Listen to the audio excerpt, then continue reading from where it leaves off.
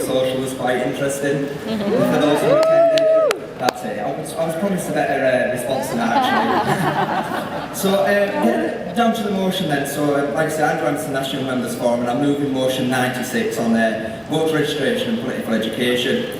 So conference. I'm heartily sick of the condemned government, and I'm heartily sick of the fact that there is a chance they could get back in, well, at least the Tories, in 2015.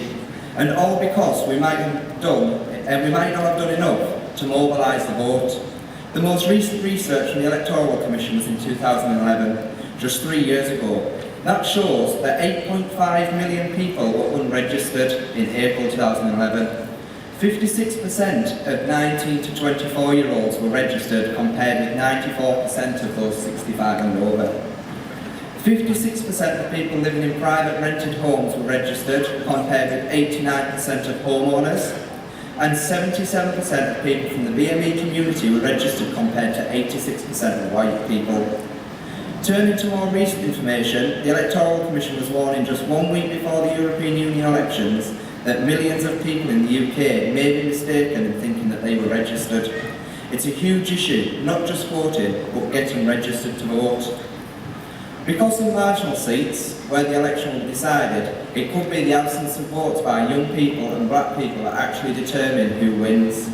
Conference, we cannot let this happen. That is why the National Young Members Forum has brought this motion to conference.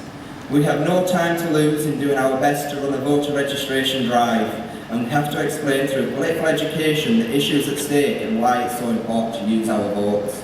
I don't care what Russell Brand says, because failing to cast your vote isn't a protest, it isn't even absenting yourself from the system, it's a vote for whoever wins.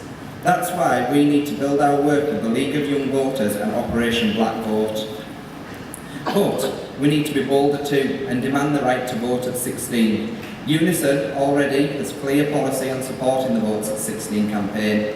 We've been supporters of the campaign since 2006, when the conference agreed to back the young members' call to do so. We were pleased to see the Scottish referendum extended to 16 and 17-year-olds. After all, if you're old enough to pay tax, then you're old enough to vote. Remember that saying, no taxation without representation?